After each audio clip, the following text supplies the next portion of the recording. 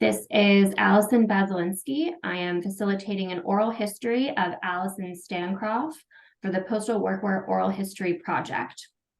Today's date is Monday, January 23rd, 2023. We're doing this interview remotely using Zoom. This interview will be available for public access through the Smithsonian's National Postal Museum. We will start with a discussion of your background and then talk about your experiences with postal workwear. So do you mind just starting off saying where you're from and how you ended up where you are now? Sure. I am in Detroit, Michigan. I'm from Southeast Michigan. I've moved around a lot, and I've been a postal carrier here in the city of Detroit for almost 2 years. Uh, I started in April 20, 2021. Time gets strange, but previous to that, um, I was for almost 18 years, I was in higher education and I was an archivist and I was a librarian.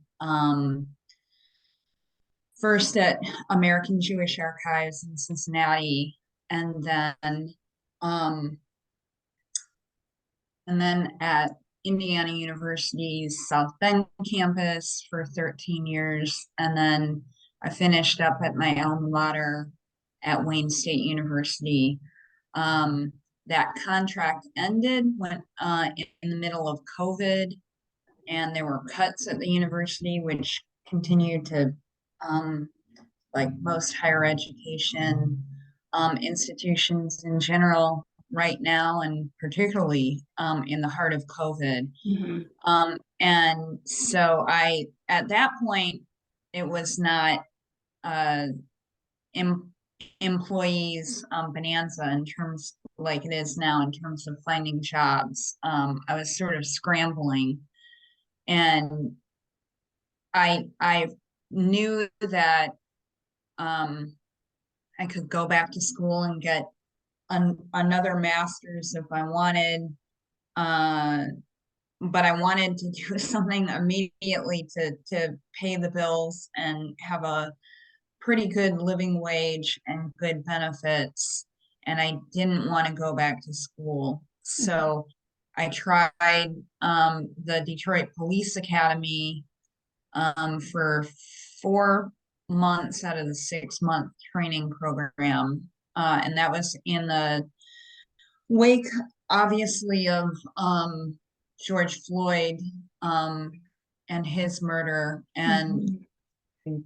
police murders that keep happening across America. I wanted to be a different kind of officer. Um, Lots of stories there. Just suffice to say, I found the culture of policing to not match my personal ethos. And Mhm. so I dropped out. I tend to stick with things to the bitter end. This was one thing that I'm 48 now, and I want something that could hold me through to retirement. And I did not see myself as a police officer for the rest of my working life. Mhm. Um, U.S. Postal Service actually had hired me before, um, around the same time that I was looking for jobs, and I got hired into the ostensibly the police force here in Detroit. Um, when I first got hired um, with USPS, it was for a clerk position indoors, Mhm. and it was going to pay a little bit less than what I would be making as a police officer. Um, and I like the idea. I like the idea of service, Mhm. and what drew me um, to being for 18 plus years in higher education as an information professional. I feel like I want to do something that matters and makes a difference.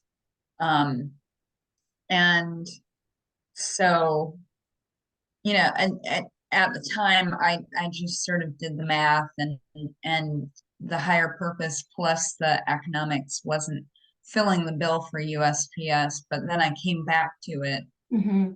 after I was, you know, left the police academy, and I just, I kept Detroit's obviously a large city with a lot of positions, and then the metro area, if you include the suburbs, I kept applying. I kept getting hired for everything it was like every day I kept getting emails hiring me in.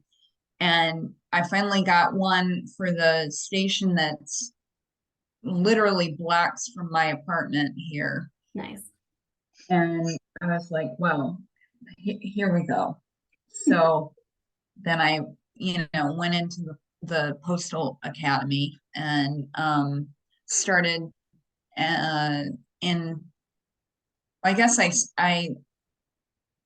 started the Postal Academy at the end of April. So I guess I started officially working in the station and training in the station in May, directly after Okay. April.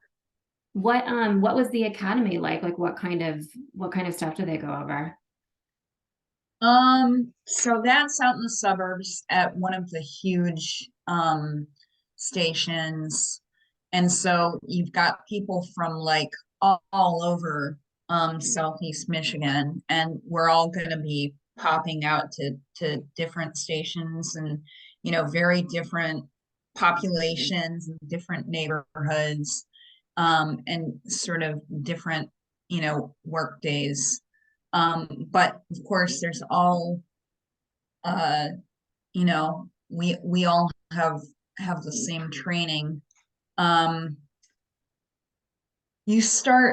actually, we started downtown Detroit, which is, also a huge post office. And that Mhm. was also with people from all over. That was with folks who were going to be carriers, but also people who were going to be clerks and doing a lot of different things on the inside that are critical to Mhm. operations too. So that was more general. Um, and then I want to say that was maybe 3 or 4 days, and then the rest of the training, I think it was 2 weeks, 2 or 3 weeks in the academy, and then the rest of the time in the academy is up in the suburban station, and it's only with carriers. Um, Again, with folks who are going to be all over. Not so much rural carriers. They have their own academy, which makes sense because their craft is very, very different than Mhm. ours. Yeah. But this is for all the folks who are, walking neighborhoods. Um, so I'd say it's a mix of like teaching you the ethics, um, the legalities of mail-in packages. Um, there's a little bit of customer relations, um, because that's a huge part of what you do every day is, um, you know, hopefully you like people because it's definitely a people job. And then a lot of it is logistics and um, trying to do things as fast as possible, which Mhm. is one things that I'm not in love with for the job, but you have to be fast. Mhm. And then there's vehicle training as well. Okay. Interesting. Yeah, I have a couple of post offices close to me, and I have one that I like because I like the woman who works there. She's always very nice. Yeah. Yeah, yeah. Um, so when you started, um, did you, I guess, how did they introduce sort of the idea of uniforms? Did you get a uniform allowance right away? What was sort of that process and introduction like? I'm trying to think if there was anything in the academy that was covered with what we wore. I dang, there might well have been. I don't remember explicitly. Mm-hmm. Um, I I trained initially. It took a while for me to get an allowance. And Mm-hmm. so for a good while, and I can't remember how long, at least a month, I was just in civilian clothing. Okay. And gosh, it must have been more than a month. And I only think of this because um so like I say, if I'm thinking it out time wise, when I started out training on the street was must have been May. Mm-hmm. And here in, the upper Midwest, it was still cold. Yeah. I was in a jacket and I had gloves. Uh, but I was in civilian clothing well into the warm months. Okay. Probably it might have been even through the summer because I wore, t-shirts and um uh I had like tennis shoes for all of the walking, and then I just wore like kind of three-quarter, what would those be called? Three-quarter pants, like workout pants. Yeah, like capris. Right.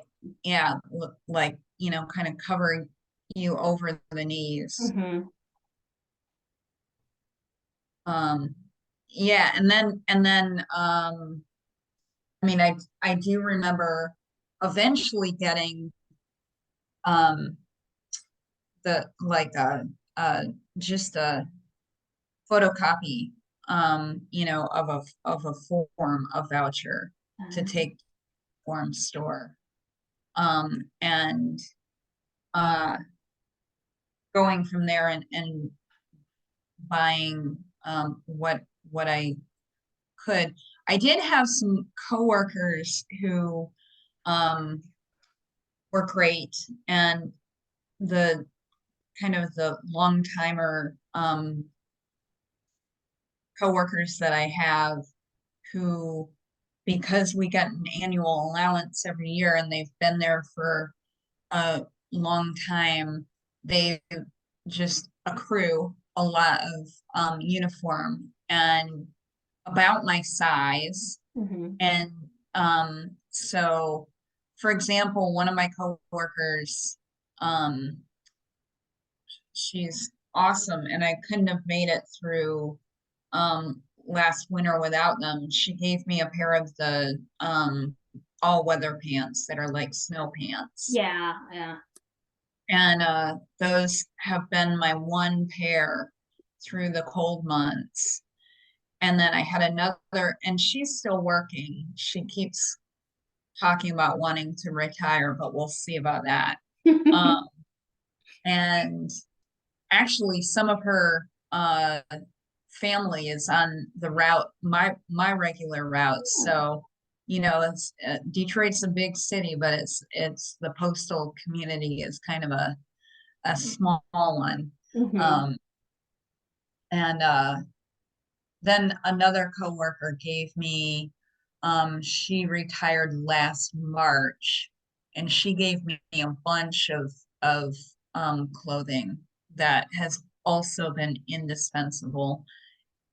Like I wouldn't have had shorts this past summer without her. Really? Oof. Yeah, Oh, I guess so. You wouldn't have had shorts because you didn't have the allowance yet, or was it due right. to demand? Okay. Yeah. And I actually have had to fight for I finally got it. Right. So I'm off on medical leave right now because I got frostbite. Oof. I got it on Christmas Eve, so December 23. So I've been off work since December 24. Okay. And the doctors have given me through the end of February. Hmm. Um, so I got my allowance right before the holidays, Okay. basically. Okay. So it took several months then. Yeah, and that was um frustrating because I started probably around April and Mhm. said, I know this from everything I'm hearing from my coworkers, I know this is going to take a long time. And can we get the paperwork rolling right now? And um, I think maybe the first few times it like didn't happen, and there's always a fire to put out at the post office. Multiple fires every day is just chaos and pandemonium. Yeah. And there's just so much, and um, I think the supervisors always had something jump in front of them, literally, on their desk. Um, and eventually, eventually I got that card in the mail, the credit card that you get from the federal government. Yeah. Yeah. Were there any issues with your supervisors that you didn't, I guess, because there was a time you're talking about you were in civilian clothing. Was that an issue at all, or is that pretty common? That's pretty common. I had like a vest that like you see with particularly like construction workers, Yes. a lightweight mesh vest that Mhm. has Velcro fasteners that I could put on, and sometimes I did put on, especially, it's obviously a very physical job. Yeah. Um, and when it was really hot, I didn't want to wear one more layer. So I actually went without it. Hmm. Um, and I had a couple of coworkers be like, well, I'd watch out for that, and frankly, I don't want to be too, what do I want to say? Um, cavalier about it, but they really need people. And Gotcha. I think some of it, if you're not egregious with your behavior and your uniform, they're probably going to look the other way, and they're going to really look for real, you know, faults, I Yeah. think. And there have been a couple of folks. I I don't get surprised by much, but there have been a couple of trainees in the past few months that have gotten fired. And I did get surprised about that because we need people so bad. Hmm. Interesting. So what were the first things that you excuse me, what were the first things that you purchased once you did get your allowance? Yeah, definitely two pairs of pants. Hmm. And my coworkers told me, the women told me, you know, here's what we do, and we've done for years. We get the men's. And the uniform store that I go to is right in the neighborhood. It's a few blocks from, the station, from my Hmm. apartment. Oddly, not oddly, but it just feels a little odd. I went there when I was in the police academy as well, because of course they serve all levels of federal and municipal Right. work. Yeah. So it was a place that was familiar to me. It's been there an age. The team is great, and like they tailor things for you right in the shop while you're waiting, and they're fast and they do a beautiful job. Um, and so I got the pants, they tailored them right away for me. I did have one pair of pants from my one coworker that had given me the shorts, Mhm. and those were the women's style, which um they're the only women's pants that I have. Mhm. And I'm not sure why they do it, but as far as I can see, and I might be wrong, the men's pants don't have elastic.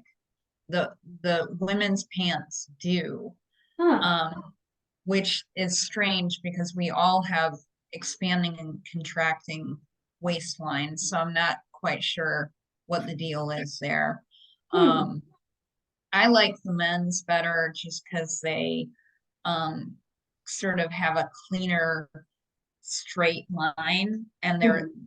at least on me, they're a little more um that there's no elastic, so there's no sort of bunched waistline. It's just all, Nice.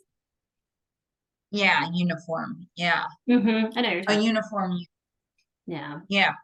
Interesting.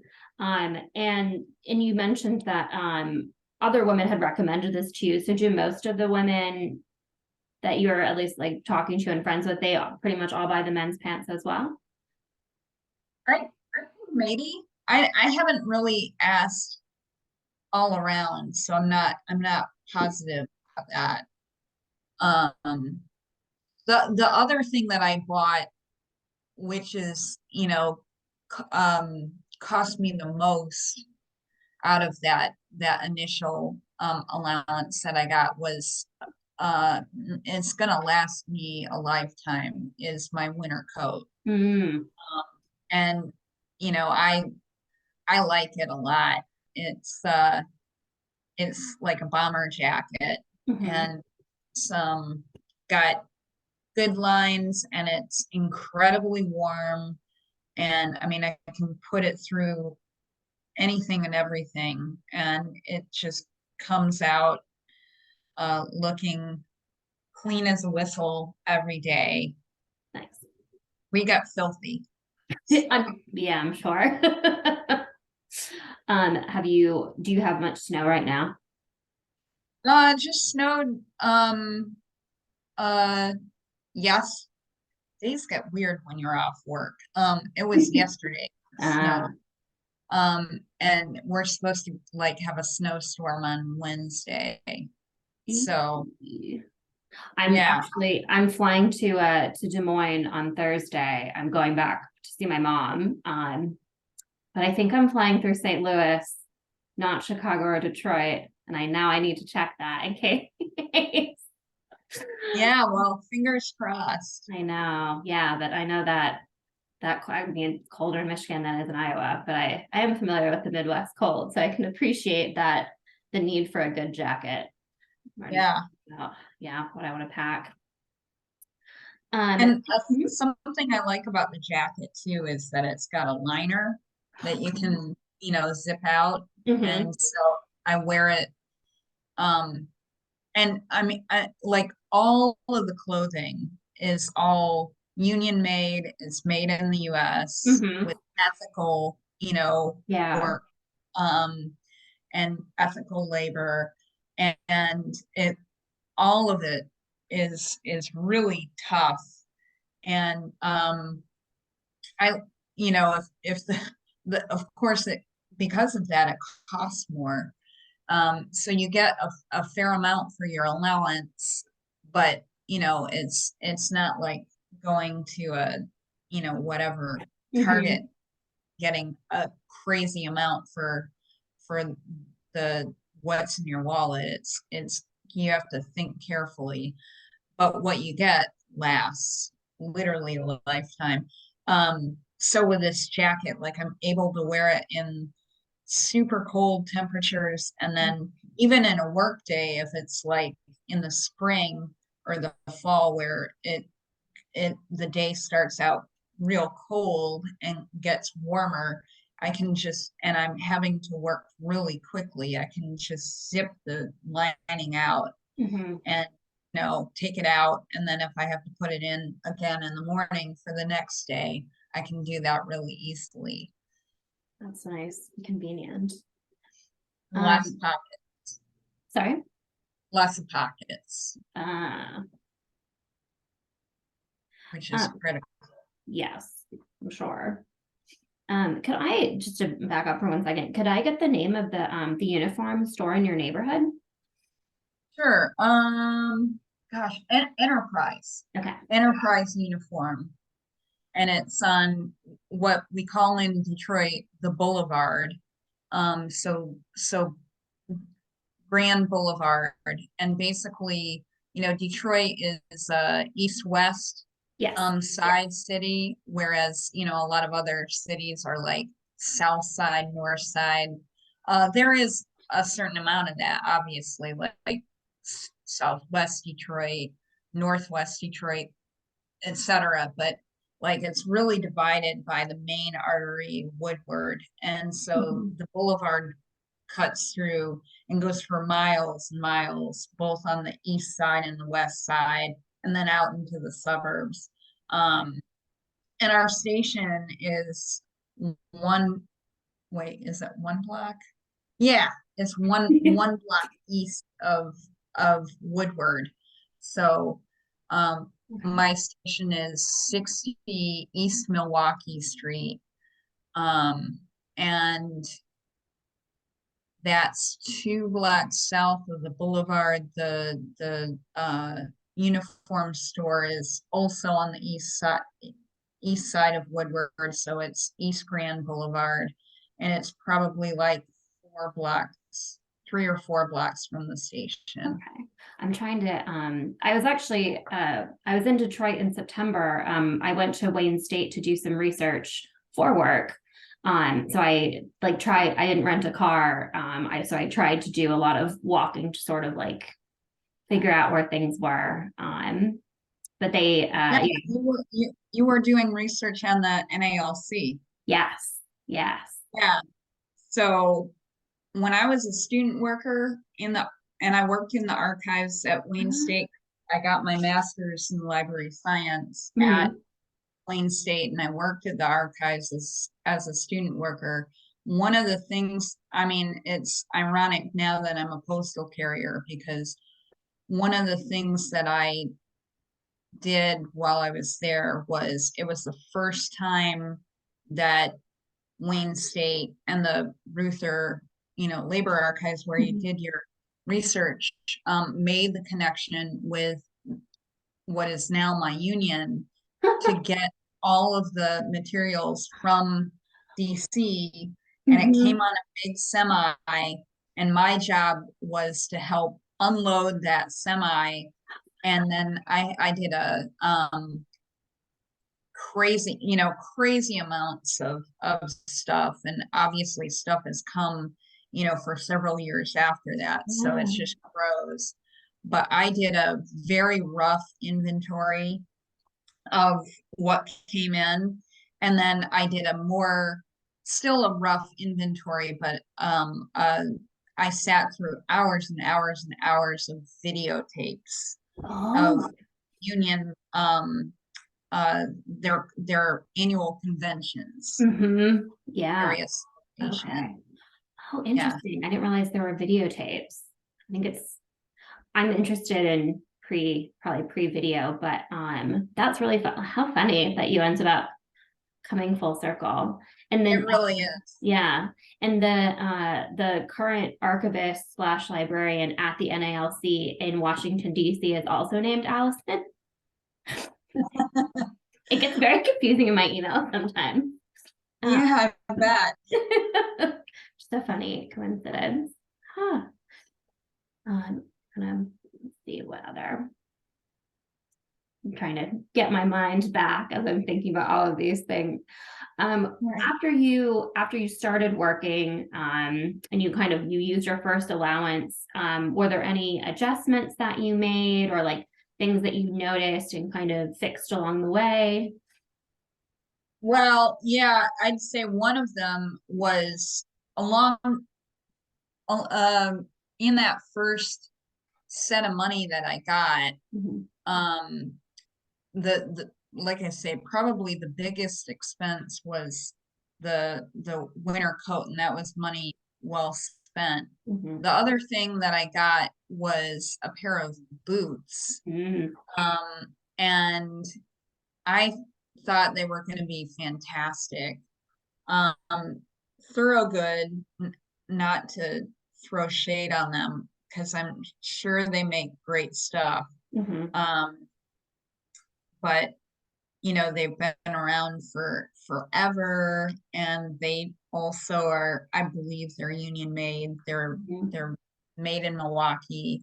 Um, uh, uh, they hurt my feet really bad. Mm. Um, I'm a lady of a certain age. I've always been very athletic and very active. Mhm. Um, but I need something that's gonna work, and I want to say it was like a day or two in these boots. Um, just murdered my feet. They were horrible. Oof. Um, and so and they were the same brand of these shoes um I that I wore for the police academy, Hmm. that were very real different. I mean, those were in the police academy, the men and the women, we basically all wore the same shoe. And they had to be,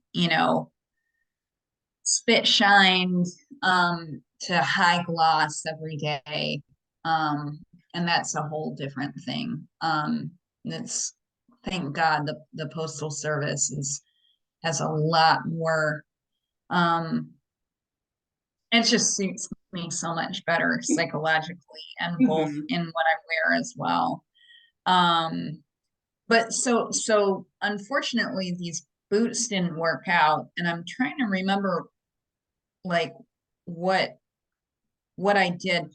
You know, here's now that I'm talking about it, I think it's helping me with kind of the time frame, Mhm. because I do think that it was probably like through the entire summer that Okay. I didn't get my allowance. Mhm. Um, and because it was like maybe late August or early September when the weather would start maybe switching a little bit, but Yeah. I was able to, because basically the only caveat is that we have to wear all black shoes. Okay. And, ideally you wear something like a heavy duty uh work boot. Um, and I don't know if some stations are more strict about that, maybe. Mhm. Um, but I mean, and I definitely have a whole lot of coworkers who wear kind of like anything they want on their feet, because we're walking all day. Right. And I think especially if they have to switch them out. So hot pink shoes or whatever. Um, but people, really do tend to stick to the all black shoe. So I think I was when these boots didn't work out, I just wore as because I'm working all the time. I mean, it like finding time to like make a special trip to the store to try out something else. You have to carve that time out on time off. So I Mhm. think I was like just went back to wearing my all black athletic shoes. Okay. Um, but I did find basically I go to a army surplus store, and there's a particular brand of boots that I like, that I had the luck of buying them, you know, after those boots from the uniform store didn't work out, and I just kind of lucked out with these boots, Mhm. and um bought a second pair this season, and they're um also union made, and they're apparently they're designed by women. Oh, Not everything in this brand is, but they um this particular model, they've asked some of their customers who are like first responders, etc., to design boots, and they are exceptional. nice. That's Yeah. And I mean, like my own route is 8.5 miles, hmm 5 or 6 days a week. And then because we're chronically short, I I'm always doing overtime every day. Mm, So I can walk up to like 11.5 miles every day, and they never feet. that was a lot of walking. Yeah. And so it's one of the things that I miss about like being off of work, I have to say is lovely in a lot of ways. Pros and cons, Yeah. but I do miss the exercise. hmm Yeah. I've I'm a been big going walker too. Yeah, I've been going to the gym, but it's not quite the same as like, walking for literally like, you know, 9 to 12 hours every day. Yeah. Were you familiar with the area that your route is in before you got that route? Because you said it was close to your apartment, or the station was close to your apartment. Yeah, the station is close to my apartment. My route is uh let's see, it's maybe like I start probably about 2.5 miles or so from here. I hmm have to get on the of course, also because time is of the essence with the job, I have to get on um the lodge is uh in city expressway. hmm And so I have to get on the expressway to get up there. I could go through the neighborhoods, but a lot of stop and go, it would take me longer. Yeah. So it takes me probably about 5 minutes from the station to get up to my route. So it's a little bit ways away.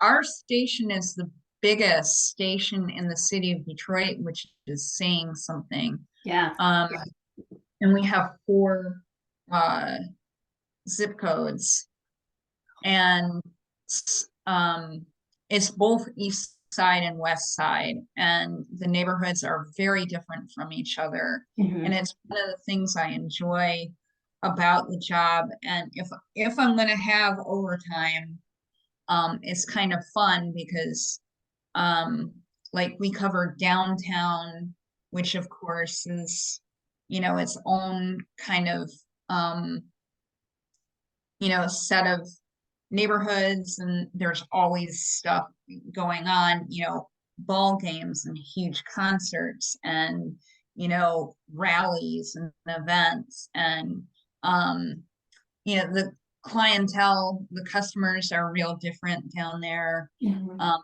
Now with Detroit, there's luxury homes down there, which blows my mind because it never used to be that way. hmm Um, my neighborhood is definitely um, for sure working class. There's a few streets that are a little more middle class. Um, and Detroit, of course, is the what we call the blackest city in America. So my neighborhoods are all African American. And I can count probably on one hand, maybe two, all of the households out of all of the dozens of households, both apartments and houses that I deliver to that are not African American. Um, So downtown is real different than that. That's more of a mix. Hmm. And then a lot of times my overtime is out on the east side. And if I can choose it, I like to do it just because of the contrast. And I like to deliver in a city within the city is Hamtramck. Interesting. Um, and it's heavily Yemeni. Um, and so I love it because if my overtime, usually by the time I get out there, it's in the 5 o'clock hour, and it's when the call to prayer Yeah. comes on, and the city has it by city decree, they have it on the loudspeaker. But Ah, it just kind of reverberates through the city, and it's very beautiful. And interesting.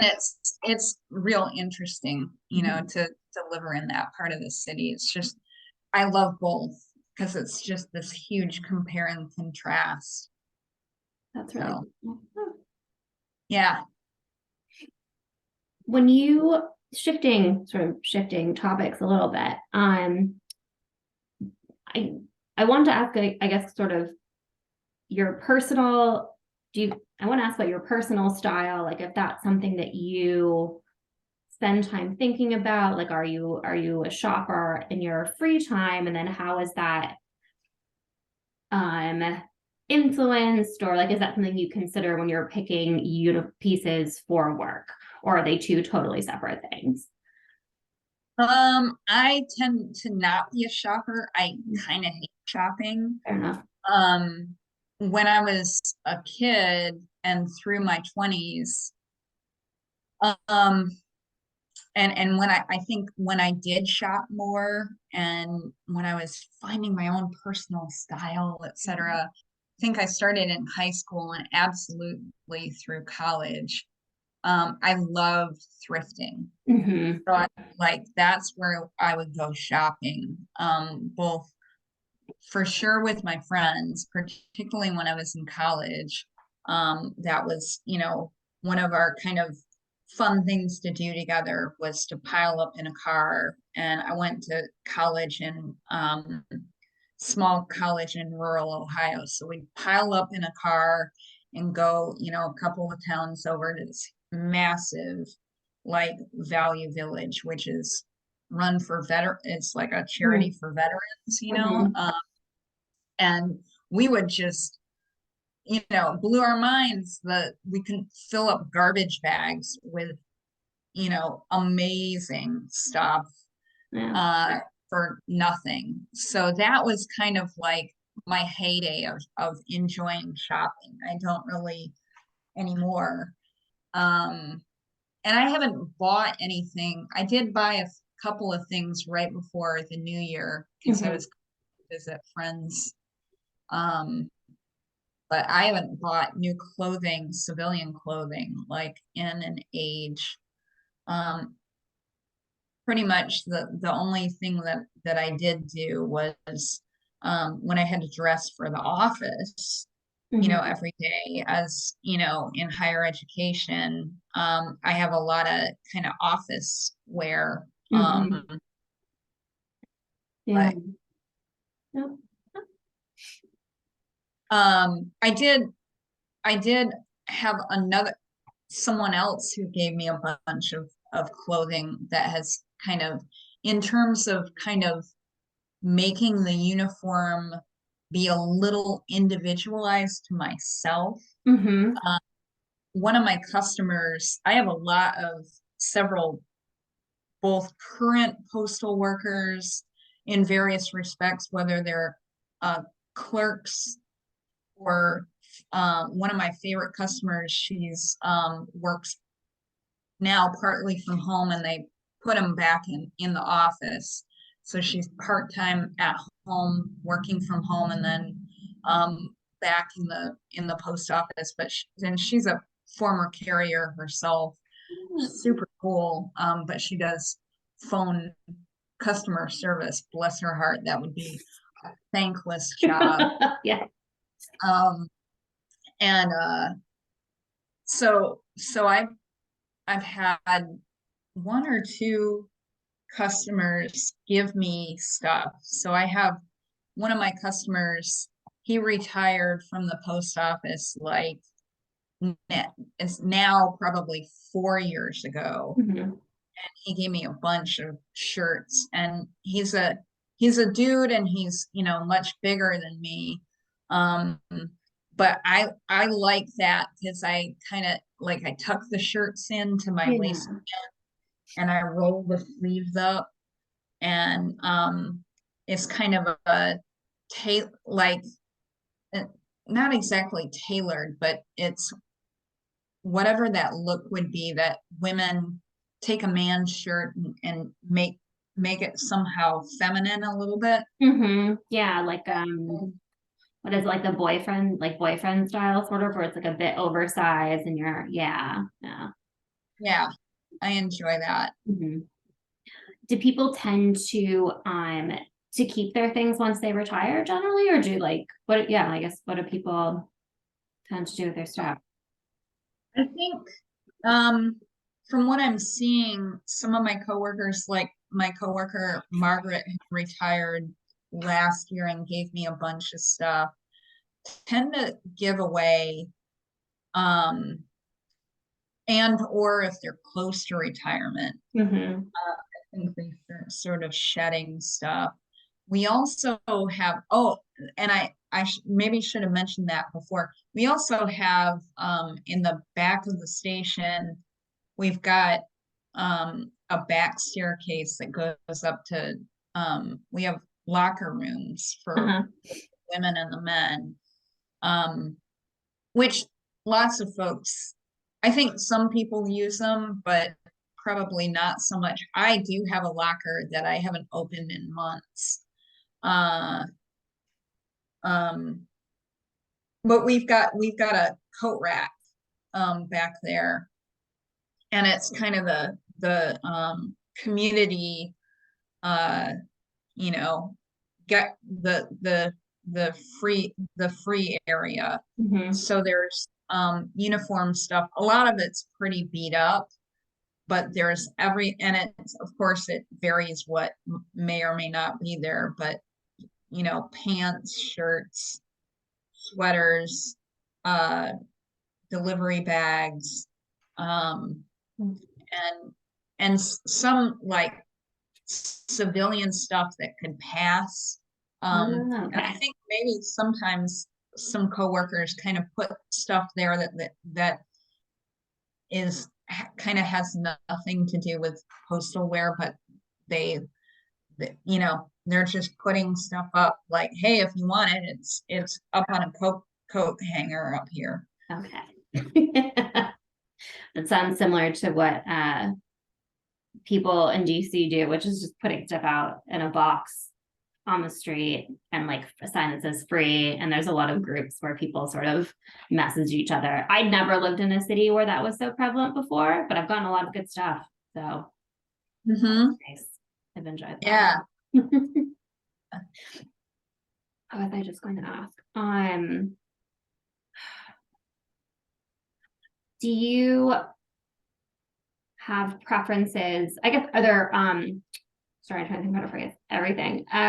For mail bags, do you get different options for what you're carrying? Is it all sort of standard? Um, do people consider that part of the uniform? Oh yeah, for Okay. sure. I mean, you can't not have it. Mm-hmm.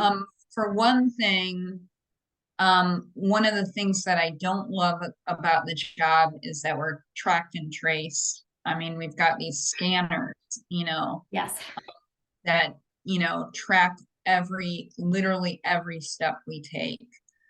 Um, I, I think I'm not overstepping to say that I resent it. All of my coworkers resent it. Lot of great things about the job. I'm not going to talk smack, but that is something I do not love.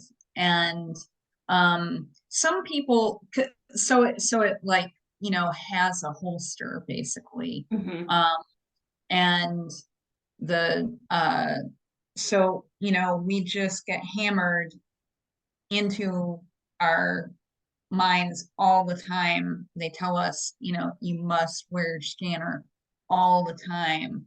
And we're tracked for our, NDI, which I don't even know what that stands for, but it's like basically when you're not, quote unquote, not moving, Mm-hmm. which I never don't move. Um, and then, of course, every station, it's all numbers. So, they track every worker every day, literally every minute. And then, of course, us being the largest station, we've got, I forget, 30 something routes, 40 something routes, a huge amount. It's basically like a factory, we've got a lot of coworkers. So just to manage one station alone and every hour of every day and all of those workers, and then you put that into like multiple stations in a city with many more workers. I mean, it's just a numbers game, and just telling us that you can't not have your scanner on you. So I have my holster on my bag. Um, and of course there's a loop to hook it onto. Mm-hmm. Some people carry it on their body, which is probably smart because on the off occasion that I don't pick up my bag and have it on me, even for if like a lot of my neighborhood that I deliver to is seen economic destruction. So there's a lot of where in postal language we call it a drop, where you have to drive up to it because there's vacant land where houses and apartments used to be. Mm-hmm. Um, so even if I'm just dropping, and so driving up to one place, and like I have a couple of blocks like that where it's there, I have to drive up to the house. There's only one, and then I have to get back into my truck, drive up to the next one. I could, and sometimes I do, leave my bag because it's gonna take me longer to go and grab the bag, put it on, and then leave the truck. But that's a no-no because you're supposed to have your uh scanner on you every second. Yeah. So I definitely have my bag with me all the time. And um also, I mean, a lot of it is you never know what you're going to need when you go up to an address. Like, even if you don't have a package for them, Mm-hmm. or if you don't have like a certified letter, something where you are going to need like a pen to like Yeah. write something with. I have all my pens, in my bag. I've got one in the front pocket, just, that I'm constantly taking out and using and putting it back. Then I've got a lot of other stuff in my bag that ostensibly I'm going to use. But also, if I'm walking the block, then I've always got packages, so I need my bag for every block pretty much. Sorry, 1 second. Um,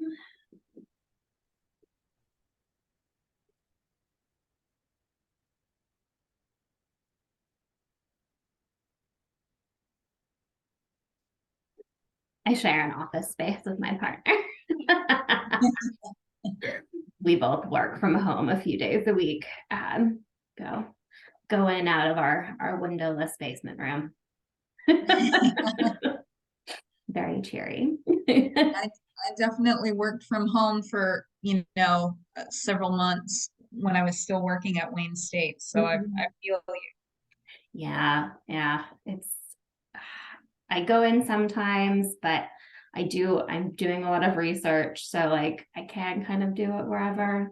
But I like talking to you about sort of your experiences and the way people are thinking about uniforms just makes things connect with like the uniforms that I'm seeing in our collections, as well as some of the like archival materials that I've found.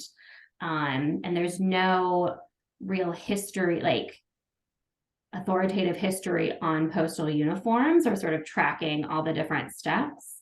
So I've been sort of piecing that together with newspapers and manuals. And then yeah, just trying to talk to people and get like on the ground experiences and see how that's changed over time. It's interesting. Yeah, I always think it's interesting. I think I've kind of gone over a lot of what I had in mind to chat with you about. I just wanted to ask, is there anything else that you've thought of, or I don't know, anything that stands out to you that you hadn't been expecting when you started the job? Well, one thing that I can think of is in terms of uniforms is I am so glad that I wear a uniform. Uh, like, as nonconformist as I think I tend to be, or how much of that is me thinking that I'm nonconformist. Um, but in terms of my clothes, I've always um liked to, wear what I want. I have never really like followed trends per Mhm. se. Um, and working a white collar job for almost 2 decades, there was a huge part of that time that I really enjoyed. And being a faculty member when I was at Indiana University, like I was a professional meeting goer.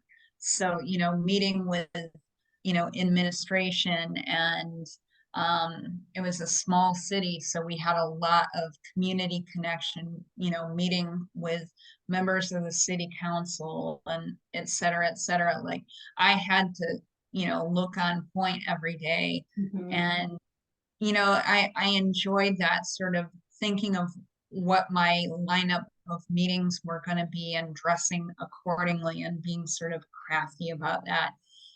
Alternately, I really love not having to mess around with that every day and just wearing the very same thing every day. It takes a lot of the guesswork out of it, and it just makes life a lot more simple. Um, and I think too, when I that sort of window of time when I was delivering without a uniform, um, a lot of people just didn't say anything. But Mhm. some people it threw off. Mhm. Um, and some people were like, oh, now you can kind of wear anything if you work for the post office. And it was like, well, no. And then you had to, sort of explain very quickly, well, no, I'm waiting for my annual allowance. I don't have it yet, blah, blah. And whether that was important to people or not, I don't know. But, Mhm. um, you know, having a uniform um, is a lot easier. Also, I find one of the many things that I love about the job is um, and there are many things that I love about the job. It's directly connected to the uniform, and I think that particularly in a overwhelmingly working class city like Detroit, um, people have a, a lot of respect for people who work long hours, work outside in any conditions, Mhm. and you're easily identifiable. And I feel like, for sure too, um, now being on my own route for almost 2 years, there were several months when I first started out that I just ping ponged around all different parts of, the many miles that we cover. But I got my own route in the end of August of my first year. So what is that? Oh, how long. It's definitely over a year and a half or so. I know those people, Mhm. and you're definitely part of the community, and the uniform is part of that. And the truck, I would say, is almost part of the uniform. Interesting. You drive up in the truck, people wave at you, they honk at you, the probably at least once a week I get something from either one of my regular customers or just somebody, coming through the neighborhood. Thank you for your service. Okay. Um, and they can tell who I am, um, by the uniform. Yeah, that's really sweet and nice that you have that connection to the community. Yeah, it means a lot to me. Yeah. All right, I'm gonna go ahead and stop the recording now.